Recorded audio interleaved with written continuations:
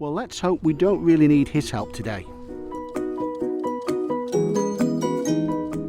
So welcome to Lot 76 Cars. My name's Simon and this is the Retro Rides Weekend of Part 2. If you haven't seen it already, check out Part 1. But here's the rest of the cars behind me and there's a lot more to see. So please keep watching. Now the Vauxhall Course 3-door with those blistered wheel arches was always the one that everybody wanted and still does, even in not just standard format. This particular one's got a full length sunroof and a few reminders of its time there with a mobile phone and a Walkman. A Walkman, remember when they were in vogue, eh? And it looks lovely. It says it is a 1.2 Lola. I don't know. Anyway, it's a scrappy scheme survivor, and isn't it just? Thankfully, this one made the cut and didn't get scrap in 2008, 2009. Beautiful. So billed as the small car that's big in Japan, and that's not an Alphaville reference. This is a Daihatsu move. So Daihatsu, a brand that hasn't been sold in Europe for many years now, and not in the UK for even longer. And it's an incredibly spacious move. It's a one old lady owner car. The current owner's got some jokey comment about it on the side.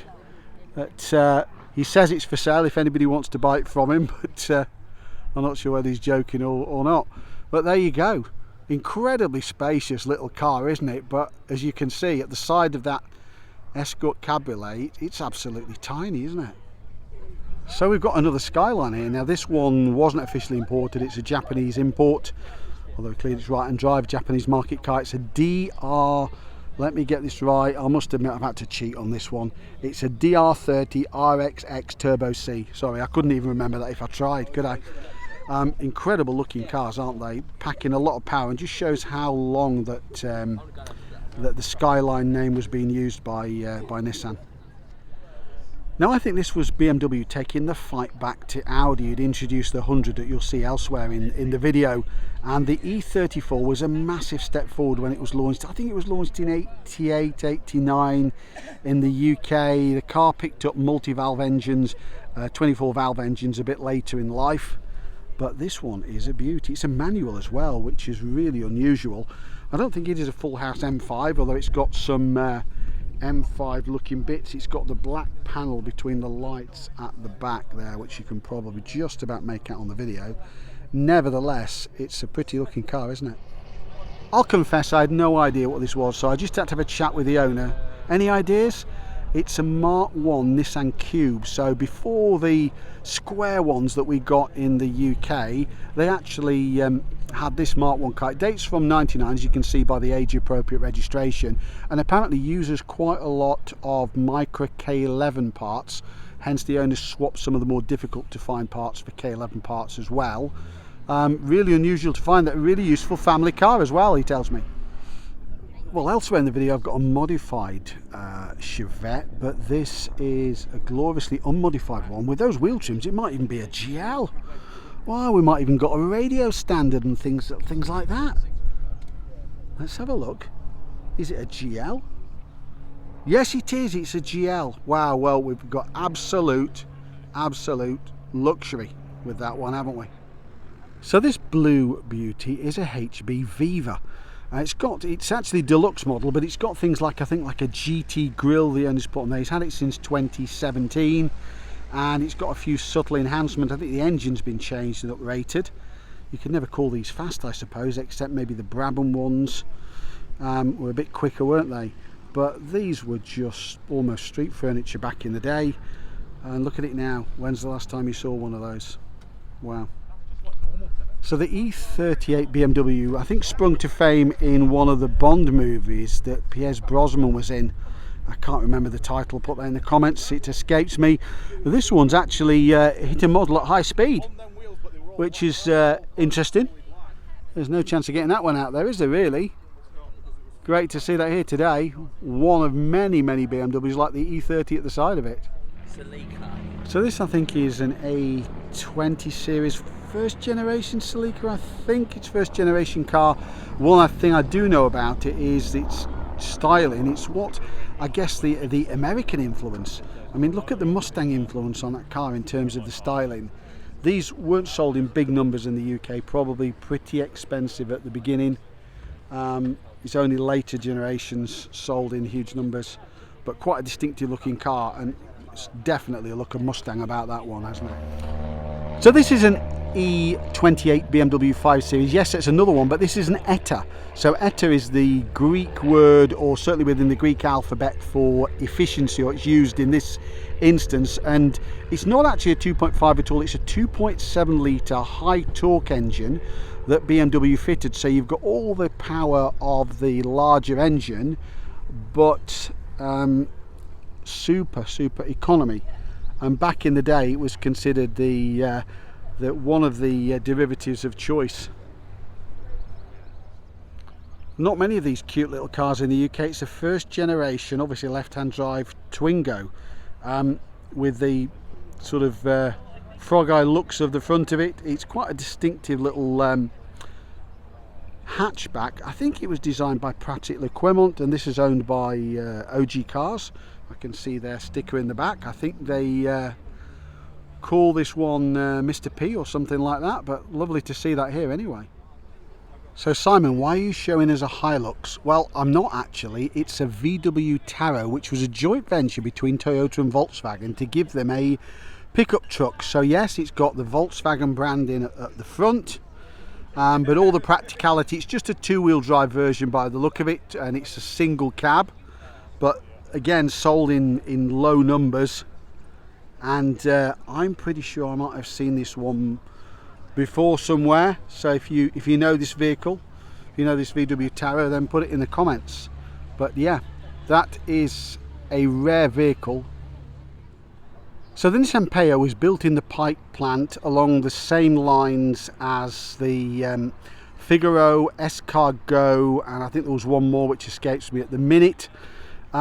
Basically it's micro underneath. This one's lovely. It's got some spotlights on, it's got a surfboard on there on the roof.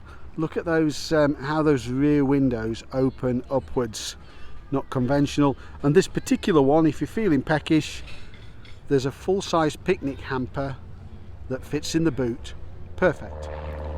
So here we've got a Chevy Impala, and doesn't it look absolutely magnificent? I don't think that's unjustified for a car. It looks magnificent from every angle. It looks magnificent on the inside, and it looks magnificent on the outside. So let's have a look. The owners carefully left this pillarless car open. Wow, you've got to like blue if you like that.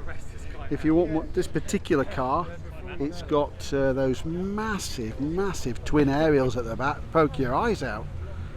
That is an absolute belter, isn't it? What a belter of a car. What have we got here? We've got a very lovely beige looking Toyota Crown from what, 68, 69. Look at the space in the back. They've got the rear seats down or removed. It's absolutely massive. Maybe it's actually a Crown van. Actually, I'm beginning to think it might be the van version, the commercial version of this. What an incredibly useful vehicle. Should we have a look inside the back? Because that window, look how the window drops down. If you have a look in there, there's masses of space in there, isn't there? It must be the commercial version. It's got to be. If you know, then please put it in the comments and put me out of my misery. But I tell you one thing, it is absolutely a Bobby Dazzler in great condition, isn't it? Got some interesting features on the front of it. Look at the grille design. That's incredible looking front grille, isn't it? Well, there you go. That's your Toyota Crown section for today. And we've got a Nissan Urban camper van. So the Nissan vans, like some of the Toyotas, were known to be very long and narrow, and this is no exception, but this one's been made or converted into a camper van. And doesn't it look good? Great way to attend a classic event, or this event is in that. So the Nissan Silvia, 1.8 turbo in this case, actually donated its engine to another car. I wonder if many people can remember. It was the Scimitar SS1. So this is a Silvia, absolutely lovely car, quite a powerful car in turbo format. This one was found in quite an unrestored condition, as you can see. Let's just take a shot of how it was, and look what they've managed to do with it. I mean, that engine bay is just immense, isn't it? What a beautiful looking car. It's a pretty colour as well. That light silver blue metallic really shows off the car at its best. Let's take a peek inside. Hopefully the window's open. We can just about have a look inside that interior. It's got a Sparco racing seat in there, but the rest of it appears to be pretty stock and in pretty good order as well. Great to see that here today, isn't it? That's lovely. So we're in the Pop-Tart section, so we're going to take a look at all the cars with pop-up lights that have been admitted here. A couple of Preludes here, followed by a very nice BMW 8 Series. I've never seen the lights up on one of those, I must admit. We've got a Toyota Celica Supra, and next to it we've got an NSX. I've never seen the lights up on an NSX as well. Bizarre, but there you go. And a first generation Nissan 200 SX. So with its lights on display, MR2 midship runabout 2 second generation, both the T-bars there, that one with the T-bar fully taken out. We've got the AE86 coupes and the Twingo version, another one of those. That's the second one I've seen here today. A last generation RX-7 rotary engine car, as you know. A 200 SX Nissan, and next to it an absolutely lovely looking RX-7, Mark 1 RX-7. These must be exceptionally rare. Lovely to see that in gold. A Mark 5 Escort estate car. It looks like it's got some wheels. I think a popular choice is to put wheels from some of the PSA products on, or maybe a van, but it's got those larger steel banded wheels, and honestly, it's probably as basic as they come, but fantastic to see it here. It's only an L spec, but lovely. So the E24 BMW 6 Series Coupe was actually the first 6 Series Coupe, and replaced, I think, the E9 Coupe, and ran from, what, 77, I think, right the way through to the late 80s. Really long production life. This is a lovely looking car. Not only is the colour unusual because it's not a metallic colour, it's actually a solid blue. I don't know what the colour's called. Most people would have ticked the box for metallic. It's got a UK dealer sticker in the window from first front to a former BMW dealer, and it's a 635 CSI Coupe Sport Injection. Doesn't that look a fabulous car? Now, I was very lucky many years ago to have a 200 SX as a company car, so I've got such fond memories of them. I think they had about 200 brake horsepower getting on for that back in the day. Rear wheel drive doesn't seem a lot these days, does it? This one's lovely, isn't it? It's the I think it looks like a cherished plate on it because it's the facelifted car, looking at the lamps at the front in lovely, lovely order, isn't it? So many of these got absolutely mullered by the drift boys, and it's rare to see one that looks sort of standard or close to standard anyway, and that's that looks lovely, doesn't it? So it seems like we might have gate crashed a Honda Prelude party here. So the Prelude ran for 5 generations. There is talk of it coming back in 2026, whether that'll happen or not, to give Honda some much needed sparkle. Lovely to see that one with these carbon, is it a full carbon bonnet and a rear spoiler? Possibly. I think it might be. I must admit, the generation next to it, I think, with its triangular rear lights, is a real standout looking vehicle out of them. It's really dynamic. The nose on these, I don't know if you remember, but the nose on them is really quite distinctive. Comes to sort of a point at the front. Unusual to see any of them these days. And the more boxy design would be this third, I think it's third generation car. I'll put it in the comments if I'm wrong, apologies. Difficult to date that one, but it does look rather nice, doesn't it? And oh, it's a manual. Many of these were automatic. This one's nicknamed Captain Frost. It's a third generation car, manufactured I think what, late 80s. Lovely that, isn't it? Well, I just hope they didn't have to get here and travel all the way in this. That'd be a brave choice, wouldn't it? And just for comparison, you can see the difference. We've got the B4 version. I know that's a 90 and that's an 80, but in terms of the shape, pretty similar. but the front light treatment's different and the rear light treatment. Quite an aerodynamic car. Remember, this was launched probably back in the 80s, the original car, and the B4 came in the 90s. That looks like it's a 94 and an L, I think. So having brought my 190 today, I do find it difficult to walk past these. This is an early pre-facelift car. If you look at the badge on the bonnet, it's a special 100-year edition that was only sold in the Japanese market. It's got air conditioning, this particular car. I've seen it before at other events, but it is unusual because of the combination of being Japanese market car, air conditioning and a special edition. What great cars they are, but I am a bit biased, I suppose. This E28 BMW gets about a bit with this special paint job. It's not really that rusty underneath at all, but somebody's done they've certainly got a very distinctive paint job. You'd definitely be the only one in the car park if you had this one, wouldn't you really? Difficult not to like an E28. Sold also as the Perodua Kalisa is the Daihatsu Koore. This is what, T-Reg 99 UK car. Looking at the back of it, still got the dealer plates on there. You see a few of the Peroduas. I made a video about those not so long ago, but you don't see too many of the Daihatsu. It's got a bit of a mini look at the back, hasn't it? What do you think with the back lights? Interesting. Originally badged as 244, Series 2 4-door 4-cylinder. By this stage they dropped the final 4 and it became just a 240. And this is a later series car. It's got the facelift bonnet and grille, which came, I think, what sort of 83, something like that. I think first of those were on an A plate. This had a very long shelf life. I think it picked up some cladding on the bottom half of the doors later on in life, and ran for a long way. Much loved by many people, the 240s. E39 BMW Peak 5 Series, well, I think so. I think the E60 that follows it, I can't find much love for that. Love those sundial type alloy wheels.